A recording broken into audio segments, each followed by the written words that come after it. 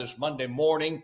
What a great day God gave us again as we really are kind of starting out our summertime. Hard to believe here in the middle of May, we're starting out the summer months and school is out and people are going on vacation, yet still had a great day. I was, to be honest with you, pleasantly surprised at what God gave us on yesterday.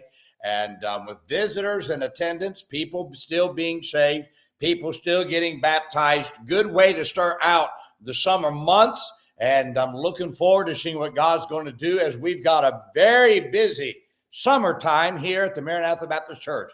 Around here, we don't believe that you ought to just have that slump and accept it and die. We just keep on pushing, trying to reach people for Christ, getting people into church. That is the key of any church that's going to do something for God. Got to keep on going. You cannot stop. And I'd encourage you, wherever church you're in, whether you're a pastor, you're a church member, Sunday school teacher, bus worker, don't surrender to the summer months. Hey, keep pushing. Believe that God can help you. Enjoy your summertime. But let's stay faithful to the Lord. We can't waste 3 months because it's summertime. We got to stay faithful. And let's keep going for the Lord, and let's see what God can do. We got, of course, here we've got Vacation Bible School coming up. Teen Revival coming up. Every church is invited to this. You can go to attendnbc.org and look at the Teen Revival in the top. Click on that. You can find out about it. Free to come. Any church, any teenager is welcome to come. We would love to have you come for our Teen Revival, and I'm going to be a great time. My good friend, Pastor Randy Ralston, is going to be preaching with us from Nevada, and looking forward to having him here with us as well. Well, I want to read to you today from Deuteronomy chapter 23 and verse 6. The scripture says, "Thou shalt not seek their peace nor their prosperity all thy days forever." Now, Balaam is the poster boy for compromise. It was Balaam who yoked up with the Moabites to curse Israel, all for the sake of money. It was money that lured Balaam in. And it was money that he was in love with more than with truth.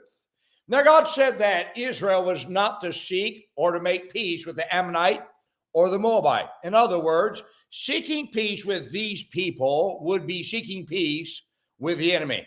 It was these people, the Moabites, the Ammonites, who wanted Israel destroyed. And to seek peace with the enemy was to accept their own death. Now, the command not to seek peace with the compromiser was a command not to seek peace with the enemy. Compromising is an attack against truth. Therefore, anyone who embraces the attack against truth is a compromiser. And to seek peace with them is to accept that you're willing to change just to have peace.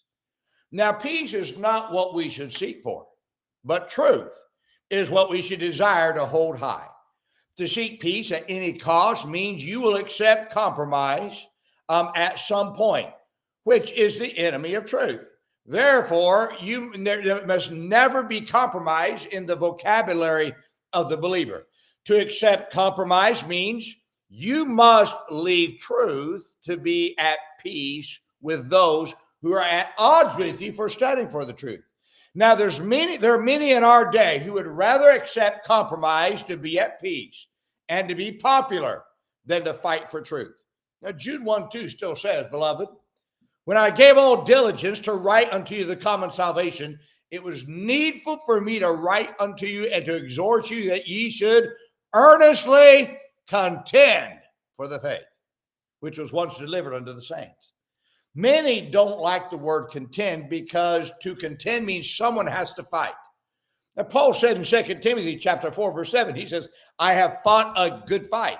You cannot contend for the faith without having to have a fight for truth, which means you will not be at peace with those who have compromised.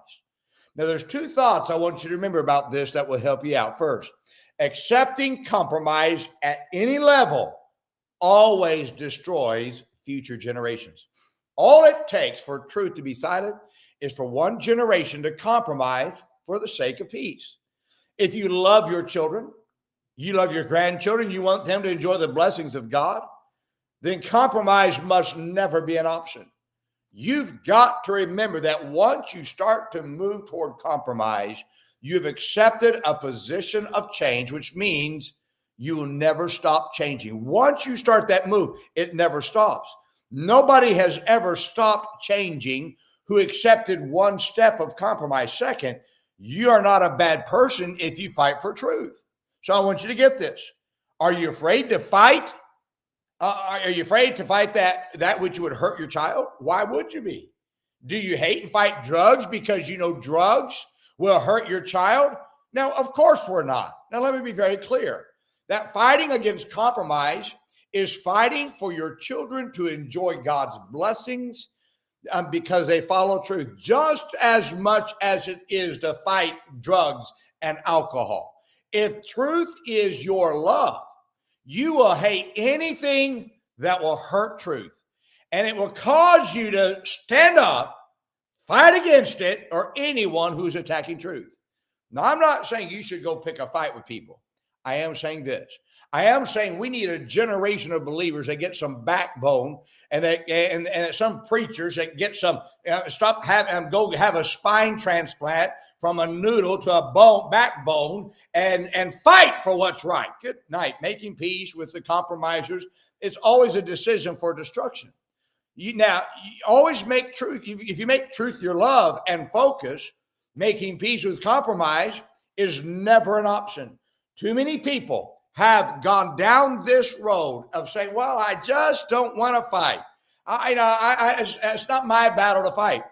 Truth, if you're a Christian, truth is your battle to fight. And to say it's not your battle to fight, you're just telling everybody you're a compromiser. And I don't care who you are, whether you're a preacher, whether you're a church member. Truth must always be stood for. And when it's under attack, for you to stay silent, you're telling the compromiser, it's okay. I can tell you scores of people who have stayed silent in the battle for truth just because I just don't want to get involved. Yeah, you not wanting to get involved is what allows the compromise. By the way, that position always leads to more compromise on that person's behalf. I've watched people that say, I want to be silent. Then the next thing you know, they're willing to compromise other things. You know why?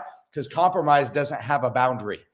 Once you start it, it gets into every part of your body, whether you know it or not, and it begins to change you little by little, where you are doing things you would have never done 10, 15 years ago. We've got to stand for truth, brethren. We've got to say, if it's right, let's stand for it. Let's do what's right, because I'm telling you right now, the little bit of compromise, that's all Satan wants.